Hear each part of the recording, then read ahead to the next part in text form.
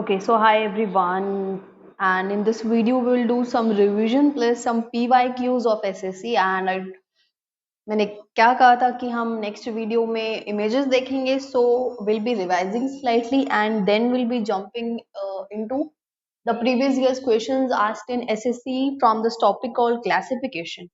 So let's start.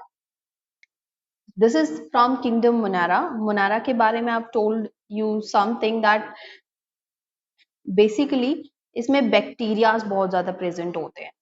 मेरी writing अच्छी नहीं आ रही, so I will be dictating you.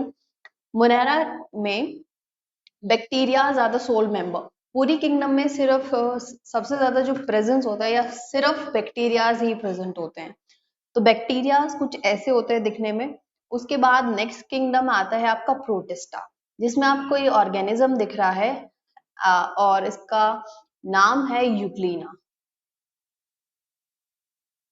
It's name is Euglena, जिसके बारे में हमने अपने प्रीवियस लेक्चर्स में देखा है. इसकी खास बात ये है कि ये connecting as a connecting link काम करता है एनिमल्स ऑफ और प्लांट्स के बीच.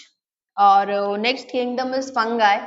फंगाई में मशरूम, म्यूकर और राइजोपस का मैंने आपको एग्जांपल दिया था. इस किंगडम की खास बात ये है कि इसमें मोस्ट ऑफ द ऑर्गेनिजम्स या फिर ऑलमोस्ट सभी ऑर्गेनिजम्स, सारे के सारे ऑर्गेनिजम्स हेट्रोट्रॉफ्स होते हैं. हेट्रोट्रॉफ का मतलब क्या होता है कि अपना खाना दूसरों से ऑब्टेन करते हैं. ओके. फिर नेक्स्ट किंगडम है प्लांटे. प्लांटे को सोचकर हम ये सोचते हैं ना, बड़े बड़े प्लांट जो हमें दिखाई देते हैं, सिर्फ वो प्लांटे में नहीं आते हैं. ये जो आपको ऊपर वाली इमेज दिखाई दे रही है, let me spot it out, 1 second, just give me one.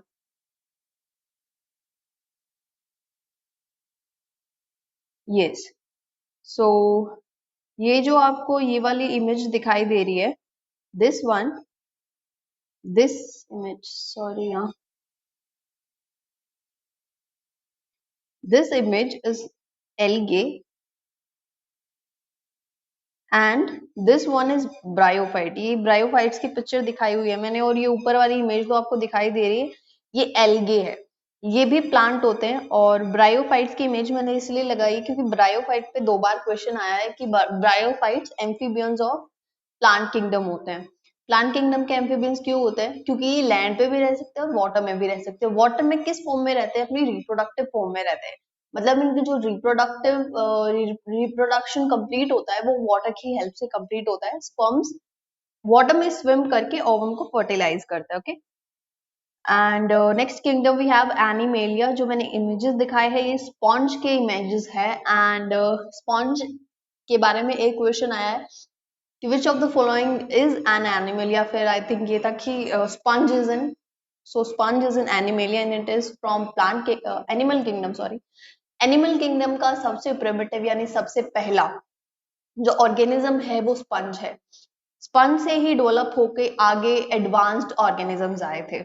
जैसे पहले जो फोन्स आते थे वो बहुत छोटे आते थे, पर इवोल्यूशन तो उन्हीं से हुआ. उन्हीं में कुछ फीचर्स डेवलप हुए और नेक्स्ट फोन आया.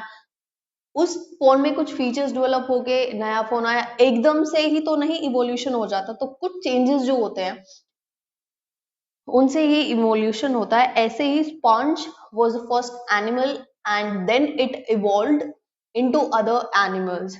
जो हम सबसे एडवांस्ड एनिमल्स जो आज एग्जिस्ट करते हैं वो होमोसेपियंस होते हैं. होमोसेपियंस यानी ह्यूमन बींग्स. ठीक है. Animal Kingdom. And the question is, the book Genera Palantarium was written by, I'll give you 3 seconds. Okay, I'll give you 3 seconds to solve this and then I'll tell you the answer. 3, 2, 1. Okay. So ये मैंने आपको first video में बताया था कि आपको Linnaeus के बारे में 3 बातें याद रखनी थी. याद है आपको? सो उनमें से एक ये भी थी कि उन्होंने ये बुक लिखी है जिसका नाम है जेनरा पैलेंटारियम. जेनरा पैलेंटारियम, जो आपको इधर दिखाई दे रही है. My writing is quite weird, just 1 second. मैं लिखूंगी नहीं, आई जस्ट टिक मार्क. देखो, जेनरा पैलेंटारियम लिखी थी लीनियस ने, आपको याद रखना है. Next question is, where is botanical survey in India headquarter? ये मैंने आपको क्वेश्चन कराया नहीं है, ये आपको याद करना है, तो मैं ये सीधा ही बता दूंगी, कोलकाता में लोकेटेड है। ठीक है जी, Kolkata will be the right answer for it. Sorry, Kolkata. Okay, moving on, what is sponge? I will give you 3 seconds for it. 3, 2, 1। Sponge is animal, ये हमने अभी डिस्कस किया स्पॉन्ज के बारे में। एक सबसे पहला एनिमल जो था वो है sponge. Flowerless plants are termed as, I'll give you 3 seconds for the same. 3, 2, 1। So, मैंने आपको अभी प्रीवियस लेक्चर में एक टेबल याद करने को कहा था, जिसमें मैंने प्लांट्स को डिवाइड करते हुए कहा था कि प्लांट्स दो टाइप के हो सकते हैं, या तो क्रिप्टोगेम्स या फिर फेनेरोगेम्स। क्रिप्टोगेम्स के बारे में दो बातें हुई थी अपने बीच कि एक तो ये सीडलेस होते हैं और दूसरा ये फ्लावरलेस होते हैं। फ्लावरलेस होते हैं। क्रिप्टोगेम्स के बारे में आपको ये दो बातें जरूर याद रखनी थी जो मैंने कहा था, और इन्हीं पे क्वेश्चन आया है कि फ्लावरलेस प्लांट्स कौन से होते हैं, तो आपका आंसर हो गया क्रिप्टोगेम्स। वेरी इजी, अगर आपको वो याद है। Bryophytes are often called amphibian of plant kingdom. इसके बारे में भी हमने अभी बात करी और पिछली बार भी बात करी थी। इसका जो मोस्ट रेलेवेंट आंसर है वो है सेकंड, क्योंकि वो लैंड पे भी मिलते हैं और वाटर में भी पाए जाते हैं ये plant. I hope you understand. Then, which of the following is not among the three main classes of algae? Algae की तीन क्लासेस मैंने आपको बताई थी, Rhodophyceae, Phaeophyceae and Chlorophyceae. Chlorophyce is green algae, rhodophyce is red algae, and pheophyce is brown algae. Gymnosperms are not algae, so this is the right answer. ठीक है, D will be the right option. Then, ओ मैंने इसके लिए countdown ही नहीं दिया। चलो, I'll be giving for this one. The members of Rhodophyce are generally called dash algae. 3, 2, 1. Okay. So Rhodophyce को हमने R से याद किया था. R is R for red and R for Rhodophyce. So that is why answer will be red. Red algae को Rhodophyce कहते हैं. Next question. Pheophyce को कौन सा algae कहते हैं? 3, 2, 1. तो Pheophyce is brown algae, क्योंकि क्लोरोफिल से हमने ग्रीन algae को याद किया था, एंड रोडोफाइसी आर से राइम करके हमने रेड algae को याद किया था, और थर्ड बच गया Pheophyce, वो हो गया ब्राउन algae। ठीक है, so brown will be the right answer for it. Next question, I will give you 3 seconds again. 3, 2, 1. So the answer will be क्या है? Chlorophyceae. Answer will be green algae. Okay, ये मैंने इधर लिखे हुए हैं। This question is asked in CGL 2017 and then which one of the following is not correct? Not correct आपको बताना है। इस क्वेश्चन के लिए I will give you 5 seconds. 5, 4, 3, 2, 1. So answer is option number B, क्योंकि क्लोरोफाइसी ग्रीन एल्गे होती है और रोडोफाइसी को हम रेड एल्गे कहते हैं। Phaeophyceae is called brown algae. तो ये मैच गलत है, फियोफाइसी को रेड एल्गे नहीं कहा जाता है। That is why this is the right answer. चलो, ये मैंने नहीं कराया है। लाइफ साइकिल आपको पूरी याद करनी पड़ती, इसलिए आप जस्ट इसको याद रख लो जो ये क्वेश्चन है। ठीक है, otherwise you have to learn the full life cycle of bryophytes and pteridophytes which will be quite deep for your exam, so just learn it. इसका आंसर है predominant stage of life of a mouse is gametophyte which consists of 2 stages. The second stage is leafy stage.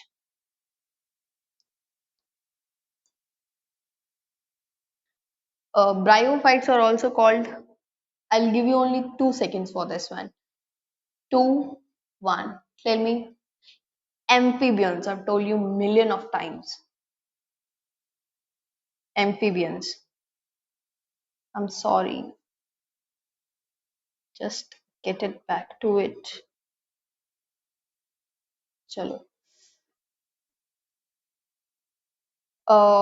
Which word is common in botanical names of trees like Ashoka? So आप जब इन तीनों का scientific नाम देखोगे तो इनमें एक common word है जिसको आप इंडिका कहते हो. इंडिका इनका स्पीशीज है. ये सभी स्पीशीज कौन सी स्पीशीज से बिलोंग करता है? इंडिका स्पीशीज से. ये भी आप याद रख लो वरना आपको साइंटिफिक नाम याद करने पड़ेंगे. तो just learn this. Ashoka Indian नाम है ना. अशोका इज इंडियन नाम name, so learn it with it. Indica Ashoka. Study of fungi is called 3, 2, 1. It is mycology. I told you in the very first lecture, which अगर आपको याद होगा तो आपसे हो गया होगा ये.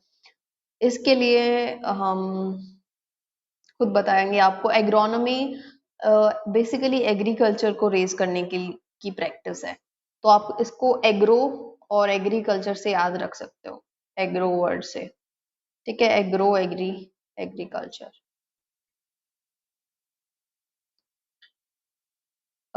ferns belong to which divisions of plant?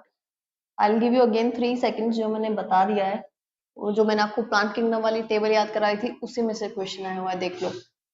3, 2, 1. It belongs to what? Pteridophyte, right?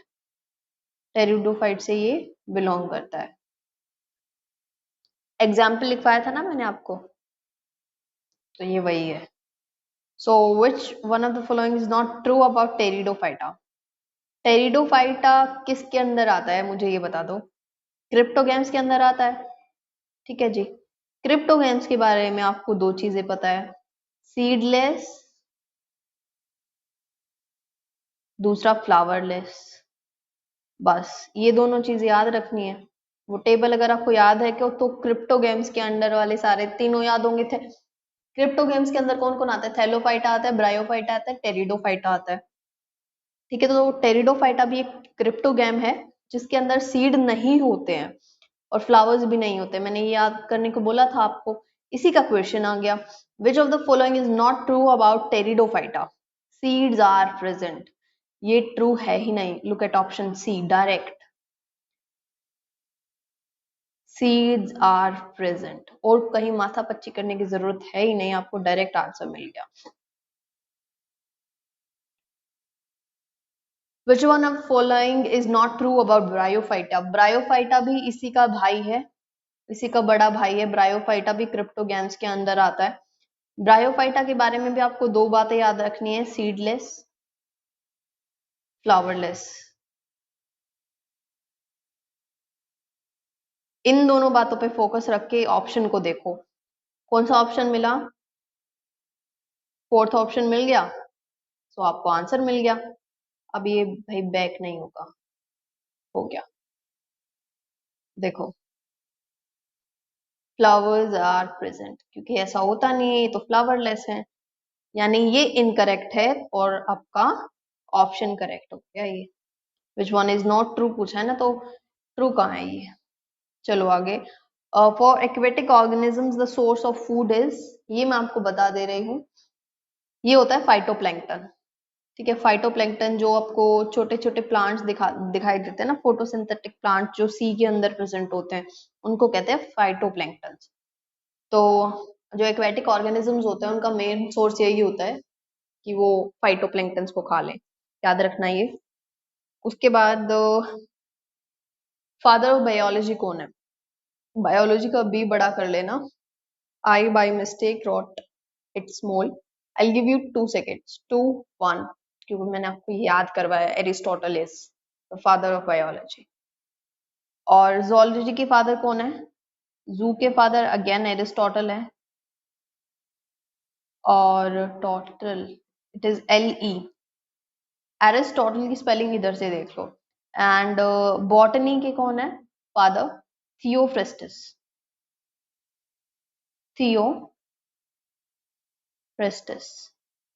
ठीक है जी.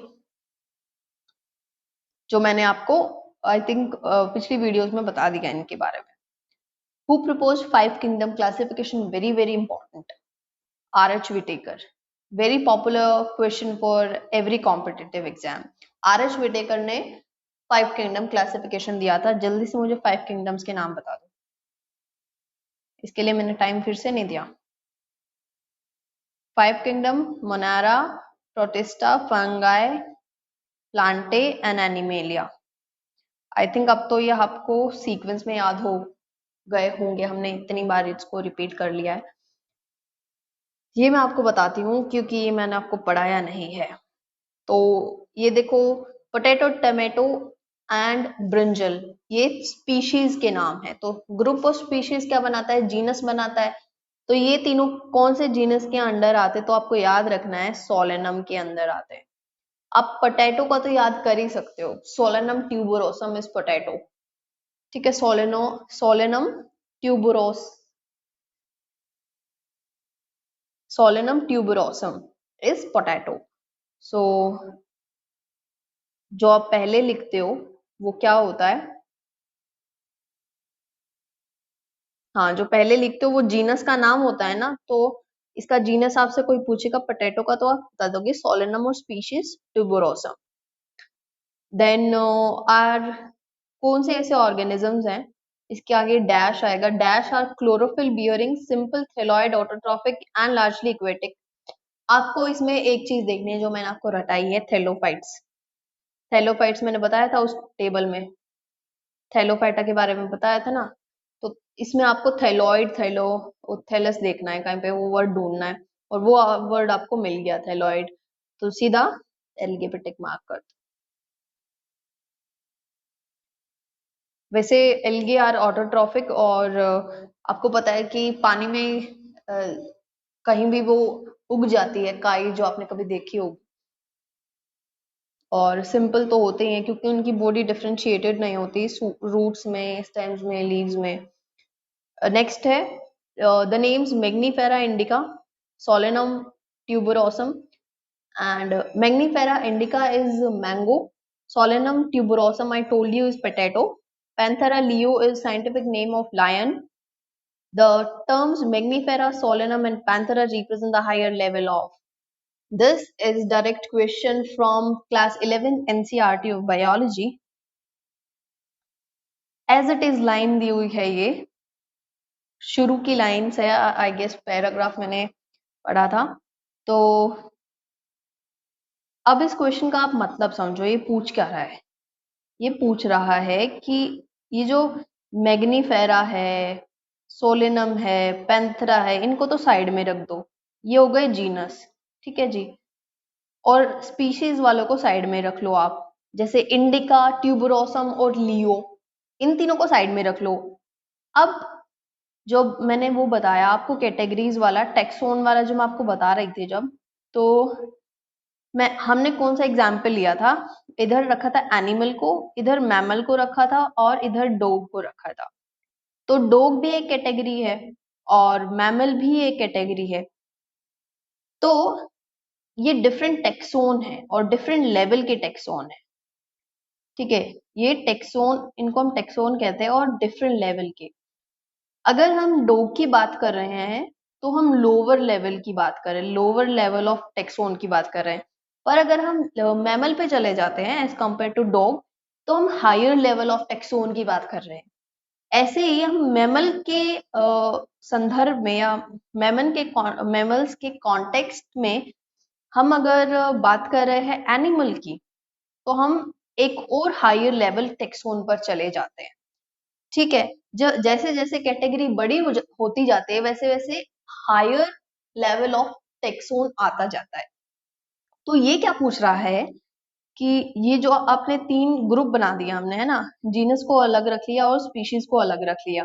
तो अब ये पूछ रहा है कि आप जब स्पीशीज से जीनस में जा रहे हो तो क्या चीज बढ़ रही है, किस चीज का लेवल हाई हो रहा है? तो हाई तो किस चीज का हो रहा है, आप बताओ। टेक्सोन का लेवल हाई हो रहा है obviously. So level of taxon will be the right answer for it. आया समझ में? ठीक है। और नेक्स्ट क्वेश्चन है, plant differ for animals in having, इसमें आप सब, अब खुद ट्राई करो, आप हमेशा सोचोगे लोकोमोशन। लोकोमोशन कहते हैं एक जगह से दूसरी जगह जाना। 95% आप लोकोमोशन पे करेक्ट करोगे, ठीक है, पर ये गलत आंसर है। इसका आंसर होगा लोकलाइज्ड ग्रोथ।